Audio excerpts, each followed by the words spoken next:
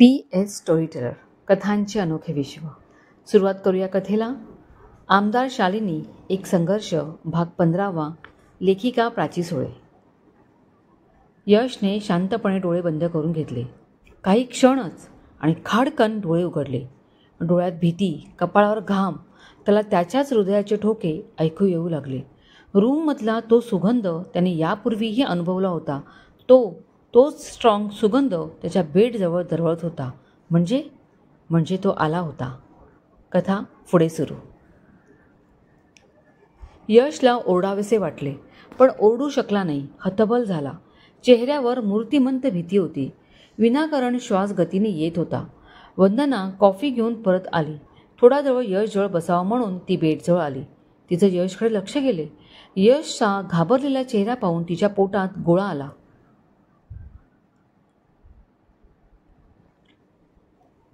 यश, काय झाले तुला? असा का चेहरा दिसतोय तुझा? काही होतंय का? मी डॉक्टरांना बोलवू? वंदनाला सुचत नव्हते काही. आई थांब. यश बराच सावरला होता. आई, तू कुठे होतीस?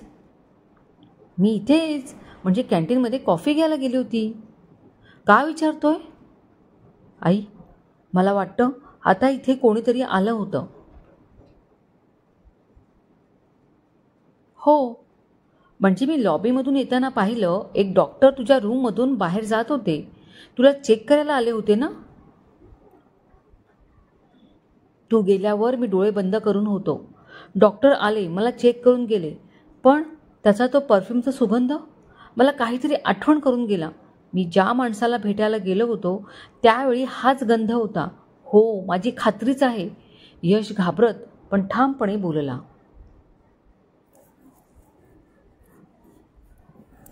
आई, मुलाच्या गप्पा चालू आहेत. गुड. दारातून सिनियर डॉक्टर आत येत बोलले. समोर भूत पाहावं तसं वंदना आणि यश त्यांच्याकडे पाहत राहिले. मला चेक करू दे. मॅडम, तुम्ही थोडं बाजूला उभे राहा प्लीज. डॉक्टर हसून बोलले. डॉक्टरांनी यशला चेक केले. Nothing to worry. Yash is perfectly all right. 2 दिवस अजून राहू दे, मग डिस्चार्जचं बघू. डॉक्टर बोलले. Thank you doctor. वंदना हात जोडत बोलली. म्हणजे मी जो पाहिला तो डॉक्टर नव्हताच? वंदना बोलली. आई, तू एकच काम कर आधी. कसंही करून तात्यासाहेब जगतापांचा बंगला गाठ. त्यांची भेट घेणं महत्त्वाचं आहे. त्यांना वाटत असणार मी दिग्विजयला मारण्याचा प्रयत्न करतोय, पण इथे माझ्याही जीवावर कोणीतरी उठलंय. त्यांना समजायला हवं. आई, तू जा. यश घाई करत बोलला. यश, तुला एकट्याला इथे सोडून मी नाही जाऊ शकत. आता तूच म्हणतोय तो मारेकरी आला होता, मग परतही येईल तो. मी तुझ्या जीवाशी नाही खेळू देणार त्याला. मी नाही जाणार. वंदना निकाराने बोलली.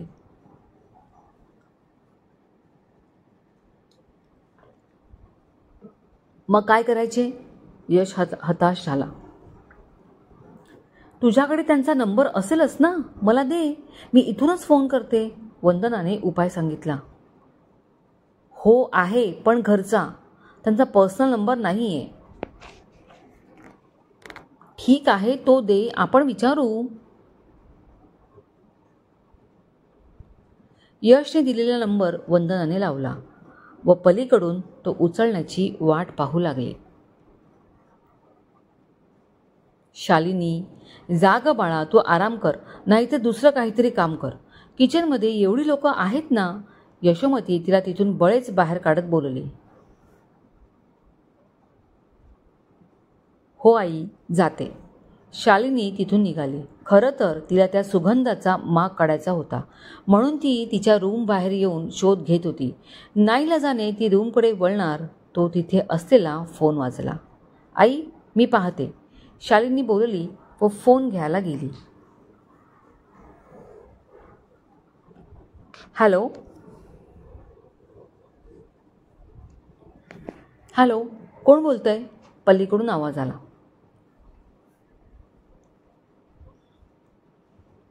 तुम्हाला कोण हवंय? तात्यासाहेब जगताप आहेत का? मला त्यांच्याशी अर्जंट बोलायचे आहे. बाबा नाही आहेत, ते पक्ष कार्यालयात गेलेत. काही काम होते का? तुम्ही कोण बोलताय? वंदनाने विचारले. मी शालिनी दिग्विजय जगताप बोलते, तात्यासाहेबांची सून. म्हणजे आपण जिच्याशी बोलतोय ती दिग्विजयची बायको आहे, ज्याच्यावर 2 वेळा हल्ला झाला होता. कदाचित हिची मदत मिळू शकते, वंदना विचार करत होती. हॅलो, शालिनी पुन्हा बोलली.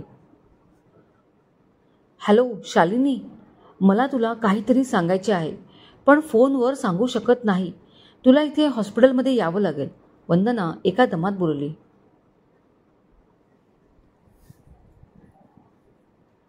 अहो, पण तुम्ही कोण आहात ते तरी सांगा. असं कसं तुम्हाला भेटायला येऊ? शालिनी वैतागली.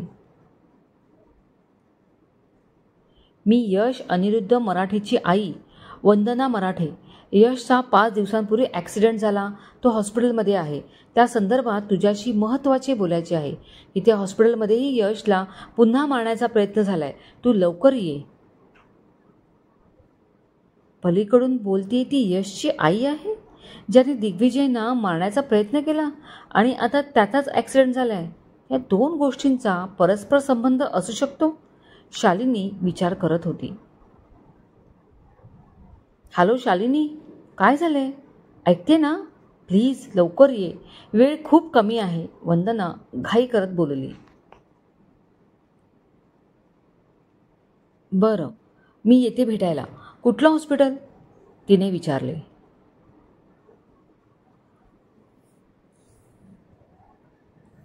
वंदनाने नाव सांगितले. प्लीज लवकर ये शालिनी, वंदना बोलली व फोन ठेवून दिला. शालिनीने फोन ठेवला. जावं की नाही जावं या विचारात ती पडली. जाताना आईना काय सांगून जायचे? इथे कोणी मैत्रिणीही नाहीये, काय करू? शालिनी विचार करत होती.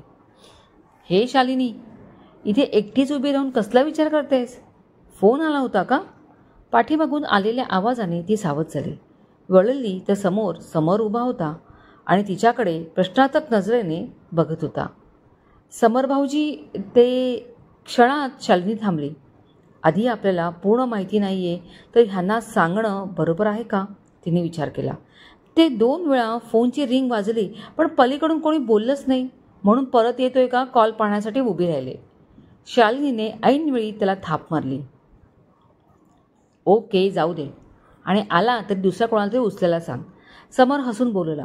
मी बाहेर जातोय, आता तूच आईला सांग, नाहीतर 50 प्रश्न विचारत राहील मला, समर बोलला व निघून गेला. बरं, शालिनी एवढंच बोलली तो ती नखशिखांत हादरली. तिच्या घशाला कोरड पडली. पोटात भीतीचा गोळा आला. ती गर्रकन वळली. समोर कोणी नव्हतं. समर निघून गेला होता. पण मागे तो परफ्यूमचा स्ट्रॉंग सुगंध ठेवून, ज्या सुगंधाचा ती शोध घेत होती. 2 वेळा हुलकावणी दिली होती आणि आता तो सुगंध आणि ती व्यक्ती समोर आली होती. पण सत्य खूप भयंकर होतं, कारण दुसरं तिसरं कोणी नसून तर खुद्द समर जगताप होता. म्हणजे या सगळ्या कारस्थानाचा समर सूत्रधार आहे. हा फक्त वरवरचा अंदाज झाला की आपलं प्रामाणिक मन सांगते?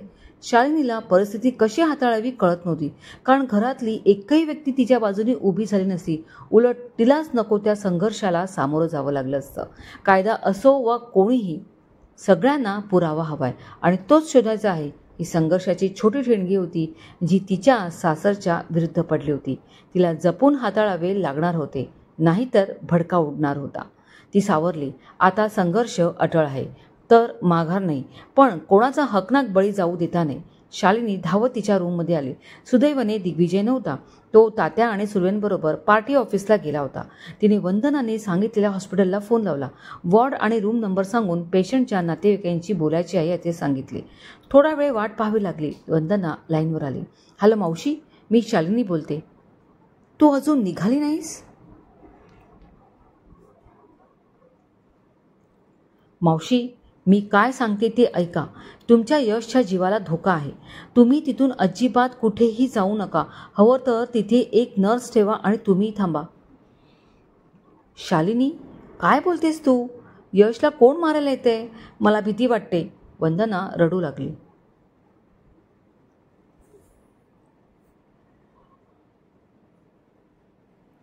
मावशी, तिथे काही बोलू नका, फक्त सतर्क राहा. मला अजून एक महत्त्वाचं काम आहे, ते केल्याशिवाय येता येणार नाही. पण काळजी करू नका. तुम्ही प्लीज काळजी घ्या. कोणी जवळचं असेल तर सोबतीला बोलावून घ्या. ठेवते फोन. शालिनीने फोन ठेवून दिला. तिने मुद्दाम समरचं नाव घेणं टाळलं. तिला खात्री झाल्याशिवाय ही जोखीम घेऊ शकत नव्हती. आता काय बरोबर काय चूक याचा विचार करत बसण्यापेक्षा तिला नामी संधी चालून आली होती. तात्यासाहेब दिग्विजय घरी नव्हते, सुभान काका नव्हते, तर उर्मिला काकी आणि काव्या बाहेर गेले होते. मा तिच्या रूममध्ये तर आई किचनमध्ये. हीच ती संधी जी दवडायची नाही. समर भाऊजींच्या रूममध्ये जाऊन शोध घेणे. शालिनी खूप मोठा धोका पत्करत होती. ती बाहेर आली व सावधपणे समरच्या रूमकडे चालू लागली. त्यांच्या रूमच्या बाजूचीच रूम समरची होती. शालिनीचं हृदय जोरात धडकू लागलं. जे करतोय त्याला कसलाच आधार नाही, फक्त एक अनुमान. आजूबाजूला कोणी नाही हे पाहून तिने पटकन आत प्रवेश केला. साऱ्या रूमभर तो परफ्यूमचा सुगंध भरून राहिला होता. त्याची रूम खूप आधुनिक पद्धतीने सजवलेली आणि नीटनेटकी होती. मुळात दिदाच्या खोलीत चोरासारखं असं घुसणं तिला आवडलं नाही. शालिनी पुढे झाली आणि कपाट उघडलं. कपाटात मोजक्याच फाईल्स होत्या. तिने भरभर उघडून त्या पाहिल्या. प्रोजेक्टच्या फाईल्स होत्या. कपाटाचे टेबलाचे ड्रॉवर्स तिने उघडून पाहिले. तिला विशेष असं काही सापडले नाही. बाल्कनीच्या भिंतीच्या कोपऱ्यात एक 4 खणाचं कॅबिनेट होतं. ती तिकडे गेली व ते उघडलं आणि आत पाहू लागली आणि डोळे विस्फारले गेले. समोर 2 फोटो पडले होते. पैकी एक दिग्विजयचा होता तर दुसरा यश मराठेचा. दोन्ही फोटोवर लाल शाईने फुल्ली मारली होती.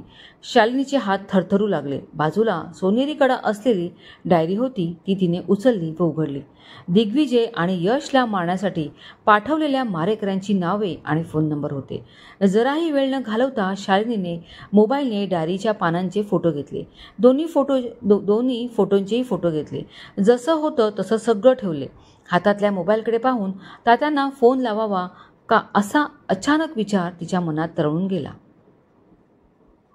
हलक्याशा आवाजाने तिचं चित्त वेधलं. कान सावध झाले. हातात मोबाईल घेऊन ती वळली आणि कोणीतरी अचानक आपल्याला खोल कड्यावरून ढकलले असं वाटलं. समोर दाराच्या दोन्ही चौकटीवर हात ठेवून जाण्याची वाट अडवून समर उभा होता. डोळ्यात लाल अंगार, ओठ आवळलेले आणि चेहरा कमालीचा क्रुद्ध. काय सापडला का माझ्या विरुद्ध पुरावा? अतिशय खुनशी पण थंड आवाजात त्याने विचारले. कुठला प्रसंग येणार आहे आणि यातून आपण सही सलामत बाहेर पडू की नाही हे शालिनीला माहीत नव्हते. तरी ती प्रयत्न नक्की करणार होती. म्हणजे शालिनीने जो विचार केला होता तो अगदी योग्य होता. या सगळ्याचा सूत्रधार तात्यासाहेबांचा मुलगा समर होता तर. पण का आपल्याच भावाला मारण्याची वेळ यावी असं काय झालं याच्या आयुष्यात? शालिनीची बुद्धी चालेनशी झाली. नेमकं घरात कोण नाहीये. आईना माहीतही नसेल ते काय घडतंय. जर त्या आल्या तरच सुटका, अन्यथा विचार करून तुझा नसलेला मेंदू थकवू नकोस. कारण उत्तर जरी मिळाली तरी त्याचा आता काही उपयोग नाही. एक पाऊल पुढे टाकत समर बोलला. शालिनी मागे सरकली. समर भाऊजी, मी जो विचार करते तो बरोबर आहे का? हो, एकदम बरोबर. मीच आहे या मागचा करता धरता. दोघेही केवळ नशिबाने वाचले, पण तुझं नशीब साथ देईल की नाही माहीत नाही. तू जीवानिशी जाशीलच, पण त्याआधी तुला सगळ्यांच्या मनातून उतरवून. समजलं? दात ओठ खात समर बोलला. तुम्ही मला मारणारच आहात ना? खुशाल मारा. पण मरणाऱ्याची इच्छा पुरी करतात तशी माझी इच्छा पुरी करा. शालिनी अवसान धरत बोलली. समर गडगडाटही हसला. तुझी शेवटची इच्छा का? बोल काय आहे? करतो पुरी. हीच की तुम्ही असं का केलं? काय आहे कारण? शालिनीने मुद्दा पकडला. ओ, हे जाणून घेऊन मेल्यावर माझी तक्रार देवाकडे करणार आहेस का? काल आलेली तू मला या समरला प्रश्न विचारतेस? जा, न सांगता तुला असंच मारलं तर काय करशील? बोल. समर एकदम तिच्यासमोर अर्ध्या फुटावर उभा राहत बोलला. समर भाऊजी, चुकताय तुम्ही. तुमच्यावर अन्याय झाला असेल तर तो घरातल्या मोठ्यांशी बोला, पण हे असं हत्यासत्र करून काय मिळणार? शालिनीने त्याच्या वर्मावर बोट ठेवलं. त्याच्या डोळ्यात झालेली चलबेचल तिने हेरली. योग्य निशाणा लागला. काय बोललीस? तिच्यासमोर असलेल्या खुर्चीत ऐस पैस बसत तो बोलला. घरातल्या मोठ्यांना सांगू? कोण आहेच कोण इथे माझं म्हणावं असं? कायम सगळे दादाच्या मागं पुढं. त्याचाच लळा सर्वांना. गुणी, संस्कारी, आज्ञाधारी, हुशार, मन मिळावू, सपोर्टिव्ह आणि काय काय सगळं हाच. आणि मी कोण? हट्टी, रागीट, कोणाचे न ऐकणारा. दादाचं शिक्षण इथेच झाले, आईबाबांजवळ, आणि मला दूर हॉस्टेलला ठेवले. तिथूनच पुढचं शिक्षण घ्यायला परत दुसरीकडे ॲडमिशन. एवढं मोठं घर असून एवढ्या माणसातही मी पोर का? उपरा. रात्र झोप यायची नाही. तळमळायचो, पण कोणाला दखल घ्यावीशी वाटली नाही. मग राग, द्वेष वाढत गेला. एक एक ठिणगी वणमा बनत गेली. सगळ्यांचा राग आला. प्रत्येकाला धडा शिकवण्यापेक्षा एकाला जबर शिक्षा दिली की बाकीचे आपोआप त्यात भरडले जाणार ही खात्री होती. शिक्षण झाल्यावर बाबांनी मला दिल्ली, बंगलोरचे प्रोजेक्ट दिले. अरे पण मला विचारा ना, मला काय हवे ते. मी काय विचार करतोय? सगळ्यांना काळजी दिग्विजयच्या लग्नाची. माझं मन जळतंय, त्याकडे कोणाचं लक्ष नाही. सुडाग्नी पेटून उठला.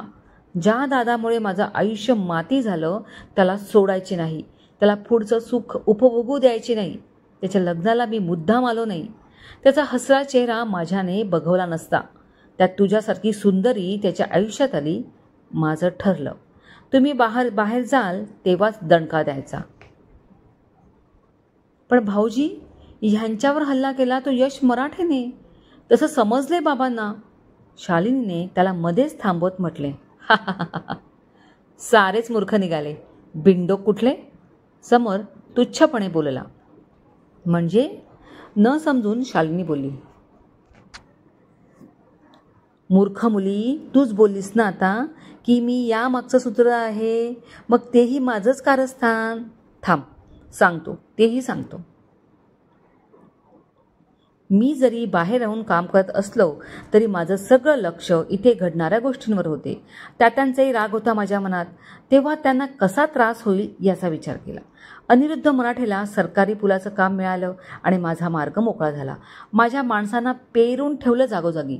त्यांच्या कामावर प्रश्नचिन्ह माझ्याच माणसांनी उठवलं. मीडिया, न्यूज चॅनल्स मीच मॅनेज केलं. तात्यांच्या पक्षावर आळ यावा म्हणून बिचाऱ्या अनिरुद्धचं खूप मानसिक खच्चीकरण करावं लागलं. शेवटी आत्महत्या. पण तात्या निभावून गेले. मग त्याच्या मुलाला म्हणजे यशला तात्यांच्या विरोधात उभं करावं लागलं. त्याच्या मनात इतकं विष पेरलं की त्याचा बस चालेल तर त्याने एक बॉम्बच या जगताप बंगल्यावर टाकला असता. तो माझ्या हातचा भावला होता. मी घरातला असल्यामुळे सारी माहिती मला कळत होती. शी, किती उलट्या काळजाचे आहात तुम्ही. इतकं वाईट करताना तुम्हाला काहीच वाटलं नाही? लाज वाटली पाहिजे तुम्हाला. इतकं होतं तो स्वतःच्या हक्कासाठी लढायचं, मागून घ्यायचं. पण असले हीन कारस्थान करता? शालिनी रागाने बोलली. मुळात हे बोलण्याची हिंमत तिला एका गोष्टीमुळे आली. कारण दारात खुद्द दिग्विजय, तात्या आणि यशोमती उभे होते. त्यांच्यामुळे तिला 10 हत्तींचं बळ आलं. समोर खुर्चीत बसला असल्याने त्याची पाठ होती. तर मिसेस दिग्विजय, थोडं पुढे आहे तेही सांगतो, कारण मेल्यावर तू ते ऐकू शकणार नाही ना. यशने त्याचं काम चोख केले, पण तुझ्यामुळे तो वाचला. दुसऱ्यांदा पिकनिकला फार्म हाऊसला मी मुद्दाम नेलं, कारण फार्म हाऊसवर आपलंच सारी रूपरेषा मी चाखली होती. दिग्विजयला खोटं सांगून मुद्दाम तिथून दुसरीकडे पाठवलं, तर परत तू कडमडलीस आणि त्याच्या हृदयाचा वेध न घेताच ती गोळी गेली. शालिनीने दोन्ही हातांनी स्वतःचे कान दाबून धरले. तिला ती आठवणही नकोशी होती. तिच्या अंगावर काटा फुलला. दादा परत वाचला. पण इथे झालं भलतंच. तात्यांना यशबद्दल कळलं आणि त्यांनी सुर्वेकरी त्याला उचलण्याचा घाट घातला. साधा मुलगा तो भरकटलेला. जरा तात्या समजावून बोलले असते तर पोपटासारखा बोलला असता. मग काय, त्याला उडवण्याचा घाट घातला. साल्याचं नशीब परत जोरावर निघालं. तोही वाचला. तुला म्हणून सांगतो, आता सकाळीच त्याला मारायला हॉस्पिटलला पोचलो होतो, पण नर्स येत होती म्हणून निघावं लागलं. बघ, माझ्यावर झालेल्या अन्यायाचा प्रतिशोध मी कसा घेतोय. ते दोघे नाही मेले तर नाही, पण तुला मरावंच लागेल. याचंही कारण ऐकून घे. कालच बाबांनी डिक्लेअर केलं, दिग्विजय या इलेक्शनला उभा राहतोय. तात्या त्याला फुल सपोर्ट करणार. इथेही मला मातच मिळाली. शेवटी निवडून आला तर तो आमदार बनणार आणि तू आमदाराची बायको. त्याला आनंदात कसा बघू मी? त्यापेक्षा नकोच ते. आता ओळीने काम करतो. आधी तू, मग यश आणि शेवटला दिग्विजय. कसा आहे क्रम? पटकन उभा राहत समर बोलला. त्याची देहबोली काहीतरी भयंकर दर्शवत होती. शालिनी प्रचंड घाबरली. समरने खिशातून त्याचा रुमाल काढला. 2 शेर पकडून त्याला गोल फिरवून त्याची रशी केली आणि भेसूर हसत शालिनीजवळ गेला. शालिनीने भयाने डोळे बंद केले, पण पुढे नेलेला हात त्याला अचानक थांबवावा लागला. त्याने गर्रकन वळून पाहिले. त्याच्या खांद्यावर एक जड भारदस्त हात पडला होता. समरने पाहिलं. समोर दिग्विजय उभा होता, आग ओकणाऱ्या नजरेने त्याला बघत. त्याने पाहिलं दिग्विजय आणि त्याच्या मागे तात्या, यशोमती व सुर्वे उभे होते. प्रत्येकाच्या नजरेत राग होता आणि काही कळायच्या आत दिग्विजयचा जबरदस्त ठोसा त्याच्या थोबाडावर बसला. क्रमश कथेचे हक्क लेखीकडे म्हणजे प्राची सोळे हिच्याकडे राखीव. कथा कॉपी करण्यास सक्त मनाई आहे. कथा लिखित प्राची सोळे, आवाज प्राची सोळे. आवडत असेल तर नक्की कथेला चांगल्या कमेंट्स द्या. धन्यवाद. Take care.